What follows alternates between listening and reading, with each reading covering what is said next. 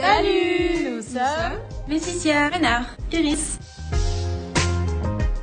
Alors nous sommes 3 étudiantes en psychologie et nous montons notre projet Collect.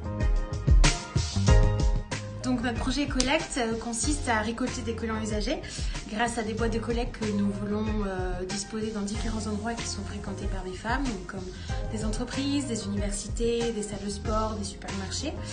Et ces collants seront donc vendus à des entreprises qui vont essayer de les recycler, de les transformer.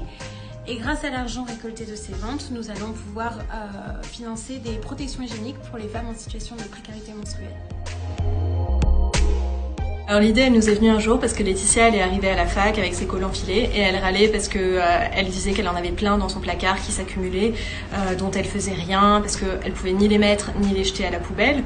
Et c'est vrai qu'on s'est rendu compte que c'était tout notre cas en fait, on avait toutes des collants qui s'accumulaient dans nos placards et qu'il n'y avait rien qui était fait pour les recycler. Et donc on s'est dit qu'il y avait vraiment quelque chose à faire à ce niveau-là.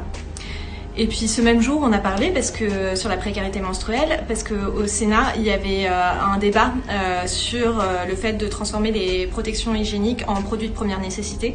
Et on trouvait ça un peu dingue que ce soit pas déjà le cas. Du coup, on s'est dit qu'il y avait aussi là quelque chose à faire. Alors en ce moment, nous sommes en train de développer des partenaires autour du recyclage de collants, notamment. Il y a une grosse problématique qui est de séparer le nylon de l'élastane pour recycler les collants. Et actuellement, ça ne se fait pas en France et ça ne se fait pas non plus à nos connaissances dans les autres pays. Mais sauf que nous avons pris connaissance qu'il y avait des techniques qui existaient et nous cherchons justement avec des entreprises de recyclage françaises à mettre en place ces techniques-là ici en France. Nous sommes aussi en contact avec des ESAT pour la fabrication de boîtes et aussi on cherche à développer des partenariats avec différentes associations qui travaillent sur la distribution des protections hygiéniques.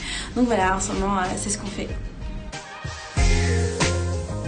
Notre point numéro 1 sur notre to-do list, c'est trouver quoi faire des collants. Donc pour ça, on est en contact avec des entreprises pour voir si elles peuvent les recycler ou les réutiliser. Ça, c'est vraiment notre objectif numéro 1.